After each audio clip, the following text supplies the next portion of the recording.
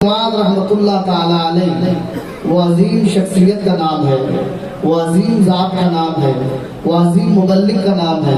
وہ عظیم مفکر کا نام ہے، وہ عظیم مدرس کا نام ہے، وہ عظیم مصلح کا نام ہے، وہ عظیم مدبر کا نام ہے، وہ عظیم داعی کا نام ہے، وہ عظیم پیر کا نام ہے، وہ عظیم شیخ کا نام ہے، وہ عظیم پیر وقت کا نام ہے کہ جن کی ہندوستان میں کوئی مثال نہ پہلے تھی نہ آج ہے، اور امید ہے کہ آنے والے زمانے میں بھی ان کی مثال ملے گی نہیں۔ اس لیے کہ ہندوستانی سطح پر جب بات کی جائے گی، ہندوستانی لیول پر جب بات کی جائے گی، پوری دنیا کے اعتبار سے بات کرنا ایک الگ معاملہ ہے، لیکن ہندوستان کے لیول پر، ہندوستانی نظریے پر، ہندوستان کے دائرے پر اگر دعوت و تبلیغ کی بات کی جائے گی، عشق و ہدایت کی بات کی جائے گی، اولیاء کرام کی بات کی جائے گی، اسلام کی تبلیغ کی بات کی جائے گی، اسلام کے نشر و اشاعت کی بات کی جائے گی، اسلام کے پھیلانے کی بات کی جائے گی، قرآن کی دعوت دینے کی بات کی جائے گی، اور اس دعوت میں، اس مہار میں، اس میدان میں حضور غریب نواز رحمۃ اللہ تعالی علیہ وہ عظیم شخصیت ہے، جو تنہا ایسی شخصیت ہے جو ان کی مثال نہ ان کے زمانے میں تھی نہ آج۔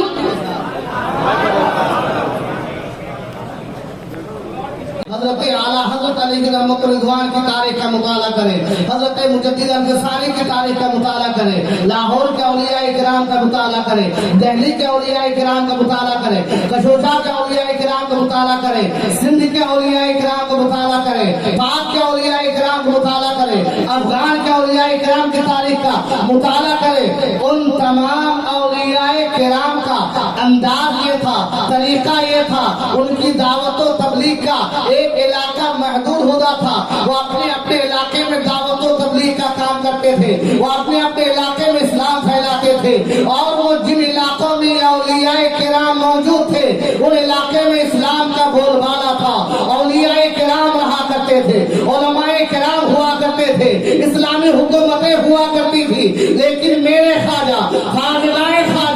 فخر ہندوستان حضور خواجہ معین الدین چشتی حسن سنجری ثمار میری رضی اللہ تعالیٰ عنہ وہ عظیم شخصیت ہے، وہ عظیم ذات ہے۔ آپ نے جس علاقے کو دعوت و تبلیغ کے لیے انتخاب کیا، آپ نے جس علاقے کو دعوت و تبلیغ کے انتخاب کیا، آپ نے جس علاقے کو دعوت و تبلیغ کے لیے سلیکٹ کیا ہے، اس علاقے میں نہ کوئی ولی موجود تھا، نہ کوئی مسلم حکمراں تھا، تنہا میرے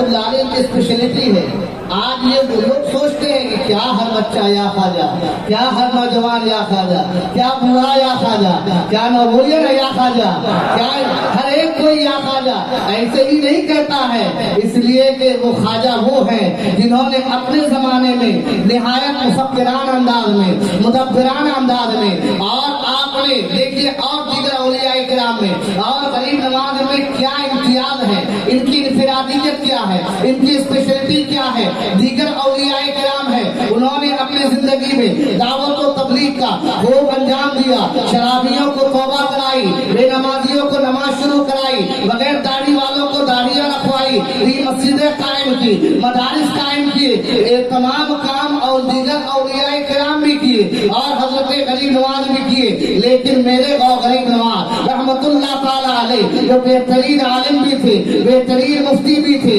بہترین مسلم بھی تھے، بہترین مفکر بھی تھے، بہترین مدبر بھی تھے، بہترین مفکر بھی تھے، اور وہ علوم دنیاوی اور علوم اصلی سے بہت ہی مزین و مرکب تھے۔ غریب نواز رحمت اللہ تعالی علیہ اپنی بصیرت کے ذریعے سے، اپنی بصارت کے ذریعے سے، اپنے تفکر کے ذریعے سے، اپنی فکر کے ذریعے سے، اپنی دور اندیشی کے ذریعے سے وہ جان رہے تھے کہ میں جس زمانے میں ہوں وہ زمانہ بڑا پرفتن زمانہ ہے، بڑا خراب زمانہ ہے، بڑا خطرناک زمانہ ہے، بڑا ڈینجر زمانہ ہے، لیکن میرے جانے کے بعد یہ زمانہ اور خطرناک ہو جائے گا، میرے جانے کے بعد یہ زمانہ اور خطرناک ہو جائے گا، لوگوں کے پاس طرح طرح کی چیز آئے گی۔ آج میرے زمانے میں لوگ مجھے بہکانے کے لیے مجھے پر جادو کیے، میں نے فضل الہی سے ان جادو کو کاٹ کر دیا۔ لوگ میرا راستہ بند کیے، میں نے راستہ کھول دیا۔ لوگ میری اونٹنیوں کو بیٹھا دیے، میں نے ان اونٹنیوں کو اٹھا دیا۔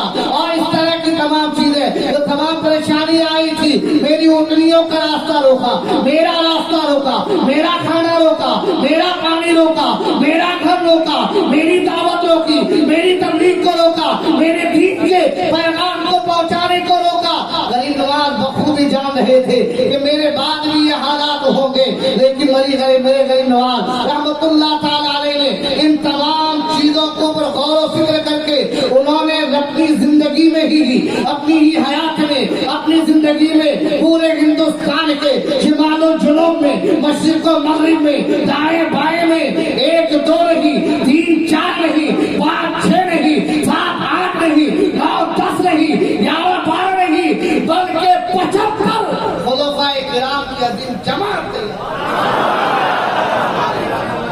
75 خلفائے۔ یہ غریب نواز کی تاریخ کا جب ہم تجزیہ کرتے ہیں، جب ان کا تبصرہ کرتے ہیں، ان کی زندگی کو ایک بایوگرافی کی طرح پڑھتے ہیں، خلیفہ بنانا، ایک ہی شہر میں 10 بنانا دیگر اولیاء کرام سے ثابت ہے، ایک ہی علاقے میں 20 خلیفہ ہونا دیگر اولیاء کرام سے ثابت ہے، لیکن غریب نواز رحمت اللہ تعالی علیہ کے خلفاء ایک ہی علاقے میں تمام خلفاء نہیں، بلکہ کسی کو قنوج دے رہے ہیں، کسی کو دہلی دے رہے ہیں، کسی کو کوئی علاقہ دے رہے ہیں۔ یہ اس لیے انہوں نے ترکیب بنائی کہ جہاں جہاں اسلام کے خلاف آواز اٹھائی جائے گی، میرے خلفاء اس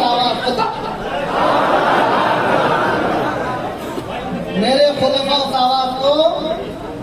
دبائیں گے۔ یہ بھی غریب نواز کی اسپیشلٹی ہے۔ دیگر اولیاء کرام یہ طریقہ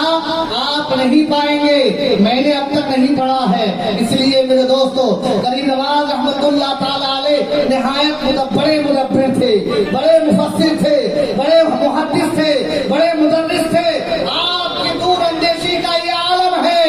اور یہی وجہ ہے کہ آپ کی دور اندیشی، آپ کی فکر، آپ کی پرہیزگاری، آپ کی اطاعت گزاری، آپ کی فرما برداری جب آپ کے شیخ کے سامنے آیا ہوتی ہے تمام چیزیں، تو ان کے شیخ فرماتے ہیں، اے لوگوں، زمانے میں زمانے والوں سن لو، اب تک طریقہ یہ رہا کہ لوگ اپنے پیر پر فخر کرتے رہے، مجھے معین الدین پر فخر ہے۔ لوگ اپنے پیر پر فخر کرتے رہے کہ میرا پیر ایسا ہے، میرا پیر ایسا ہے، میرا پیر ایسا ہے، میرے پیر کی یہ کرامت، میرے پیر کی یہ کرامت، میرے پیر کی یہ کرامت، میرے پیر کی یہ کرامت، میرے پیر کی یہ پرہیزگاری، میرے پیر ایسے تھے۔ لیکن قربان جائیں، آپ اس عظیم شخصیت کے اس میں آئے ہیں تو آپ کا خواجہ، خواجہ خواجہ، فخر ہندوستہ، حضور خواجہ معین الدین چشتی اجمیری رضی اللہ تعالیٰ عنہ، وہ عظیم شخصیت ہے تو ان کے پیر نے کہا، مجھے فخر ہے کہ میرا مرید غریب نواز معین الدین ہے، اور ان کی مریدی پر مجھے نام ہے۔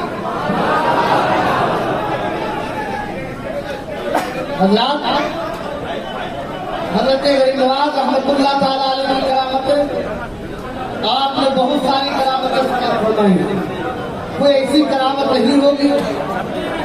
جو آپ نے اپنی زندگی میں نہیں سنا ہوگا۔ ائمہ کرام، علماء کرام، مفتیان اعظام، شعراء اسلام، حضور غریب نواز رحمت اللہ تعالیٰ علیہ کی کرامتیں آپ کو بتاتے رہتے ہیں، لیکن ان کی زندگی کو اگر ہم اپنے آپ میں امپلیمنٹ کرنا چاہیں، ہم اپنے آپ میں نافذ کرنا چاہیں، تو ان کی کرامتوں میں ایک کرامت یہ دیکھیے کہ آپ جہاں پر عبادت کرتے تھے، ریاضت کرتے تھے، روزہ رکھتے تھے، نماز پڑھتے تھے، تعلیم دیتے تھے، غریب